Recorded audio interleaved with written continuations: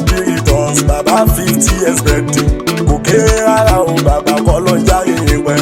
August 14 1971 lọ́jọ́ tàbí bàbá Khalifa Bature 1971 pẹ̀lú 2021 tó bá wo kàlẹ́ndà rẹ̀ the same date ló jẹ́. Real ambassadors máa tó lè mọ́ mi.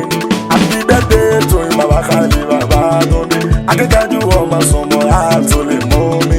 Láti kékeré lẹ́tì mú lẹ́nu ṣámṣám. Ẹni dàgbà yọwọ́kọ́wọ́ àmì o. Too much activity Khalifa o. But tend to live with a lot of knowledge. Alalabi, mo f'Olúwa sọ, and wisdom mo fi jọ bàbá. Long life and prosperity kẹ́pẹ́ bàbá wa. 50 years birthday, ìrìnàjò yẹn ò kéré rárá o bàbá kẹ́sàn pọ̀dún láyé. Olólùfẹ́ yín ló rán mi pé kìkì fún tọ́jọ́ bí o. Bàbá Khalifa o, wọ́n ní kẹsàn-án ọdún mọ́dún nínú ọ̀la ńlá o. Kẹfọwọ́ pawú bàbá Khalifa o, olólùfẹ́ yín tó fẹ́ yín dọ́kàn o, ló rán mi níṣẹ́ o. Bàbá mo ti jíṣẹ́, mo ṣe mo fi wá lù bá ìka ẹ̀ ṣàdúrà fún mi. Ọ̀tá kọ̀ọ̀kan má borí mi wàhálà yípo o, kí n mẹ́jọ níṣẹ́ láyé ẹ̀ ṣàdúrà fún mi. Aláfọ̀ṣẹ́ àfàkọ́lẹ̀ yín àsọ̀ṣẹ́lá fún mi.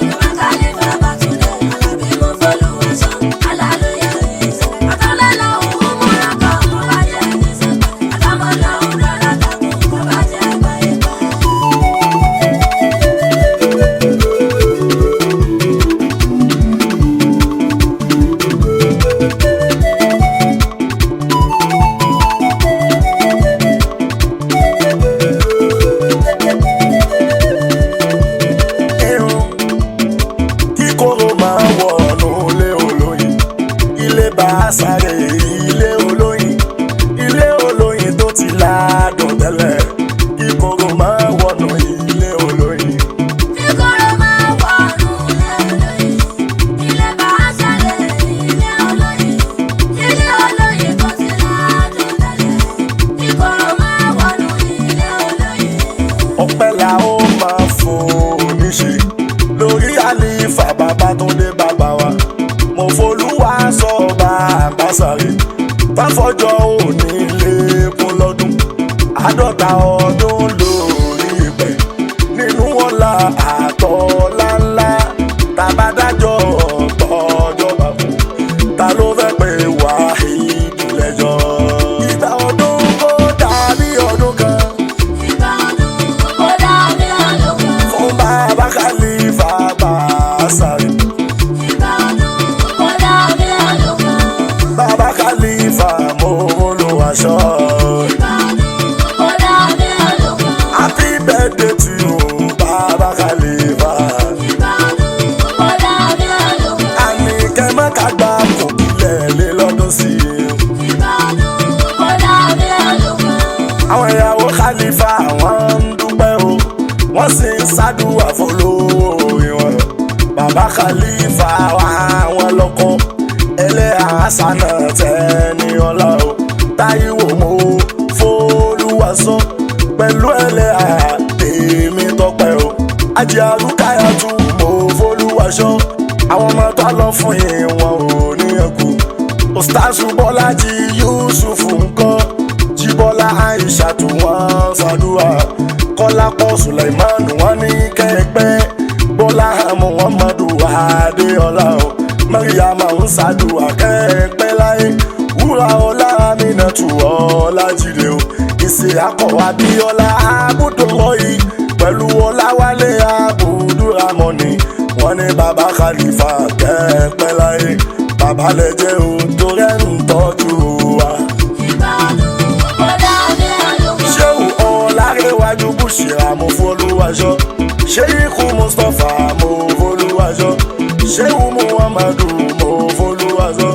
Sheikh Abdul-Lateef mo f'Olúwa ṣọ́. Sheikh Abdullahi mo f'Olúwa ṣọ́. Sheikh Abdul-Wahab mo f'Olúwa ṣọ́. Sheikh Yusuf mo f'Olúwa ṣọ́. Wọ́n ní bàbá Khalifa mo f'Olúwa ṣọ́. Ìgbà ọdún ó dàbí ọdún kan. Àjí Amúdàlà mo f'Olúwa ṣọ́. Àjí folúwàzọ́ ajíyá láti bá mo folúwàzọ́ ajá sálímọ́tà mo folúwàzọ́ alájà ajára mo folúwàṣọ́ alájà ṣẹ́yìnàbù mo folúwàzọ́ alájà kúndéràtù mo folúwàṣọ́ alájà àlìmọ́ mo folúwàṣọ́ wọ́n ní kọlọ́hún mọ̀ dààmú àlìfà bàbá tó dé bàbá ń sáré Ìbàdàn ọ̀dà bí ọdún kan. ọpẹ́ pàtàkì lọ́wọ́ àwọn ẹni bí ẹni àwọn èèyàn ní èèyàn tádúró ti fámìlì mo folúwàzọ́ ẹbí bàbá látàn dá lápapọ̀ àwọn tó fẹ́ràn àlìfà dénúdénú kọlọ́hún wà lásán ilẹ̀sán ṣéèkì Abdullahi ìyá ọlọ́run kẹ́ni aládẹ́mi àgbà ambassador ulama upata mudiru daruli ikima lágbàbíyàká ìjọ ajísàn fámìlì o ẹkú àdúró ti bàbá sáré ṣẹ́yìkì múrítàdọ̀ abudu salami wọ́n sì rí mo folúwàṣọ́ ṣẹ́yìkì ibrahim ayọ̀dèjì o pẹ̀lú ṣẹ́yìkì abudu latif àdára kọlọ́hún sọ bàbá ṣéun ismaila ọ̀ntọ́ba mi ajísàfẹ́ kẹ́ẹ̀pẹ́ láyé àkàndá èèyàn tọ́lọ́wọ́n bá gbà fún ọ̀ntọ́ kọlọ́hún jẹ́ pé mi ò jẹ́ gbàgbé Fọlájọ mi Quran Club nílùú Ọ̀yọ́ amadu ọlátúnjí tán bàbá o Fẹ́mi Owólabí Ọlọ́ta FM ìbànújẹ́ kò mọ̀ nìkan yín Ají Abdulateef fún ọláyíwọlá alájí láti fún àjàdí nǹkan Ají Mansuru Babátúndé ẹkú àdúró ti bàbá sáré Ají Ibrahim Abudulayo Bàṣámbò nínú olólùfẹ́ gbogbo wọn náà ní ìgbà ọdún bí ọdún kan ìgbà ọdún ó dàbí ọdún kan Sheikh Abdul Qadir bàbá Juma Salimanu Ṣọlágbẹ̀rù Mudiru Darul Kitabi wa Sunnah ẹbí bá sáré wọn dúpẹ́ gidi gan bàbá Khalifa Taliankọ Sanusi ayébámi bàbá mi lọ́fà kọlọ́hún dákun mọ́dàmú yín torí ọlọ́hún ẹ̀sùn ìfún mi Alájí Ọlásùnkànmí Abdul Hakim Ọlájídé o kẹ́mọ́kàgbàkọ̀ Ajíláwálì Adéwálé Mọ̀ṣúdì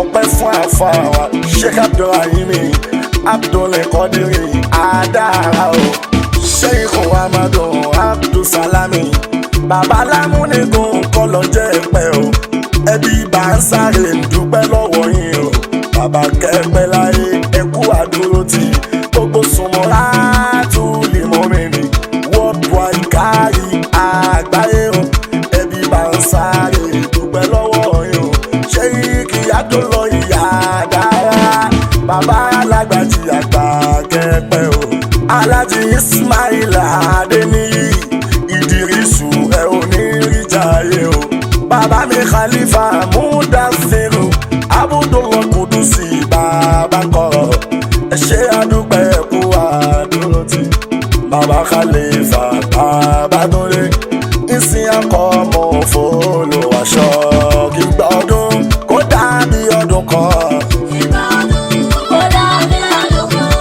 Ají kọ́mọ́ndà olórin àgbáyé Ìbàdàn ọ̀dà bí ọdún kan. common success Ali Adadi Ìbàdàn ọ̀dà bí ọdún kan. ọmọ Gàmbàrí Aláìndé Ìbàdàn ọ̀dà bí ọdún kan. mo jí sẹ́tẹ̀rẹ̀ mi olówó orí mi Ìbàdàn ọ̀dà bí ọdún kan.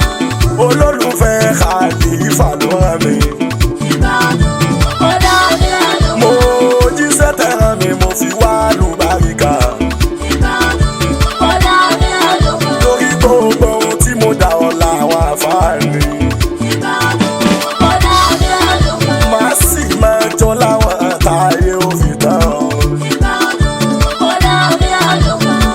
Ají kọ́mọ́ndà ní ọ̀ràn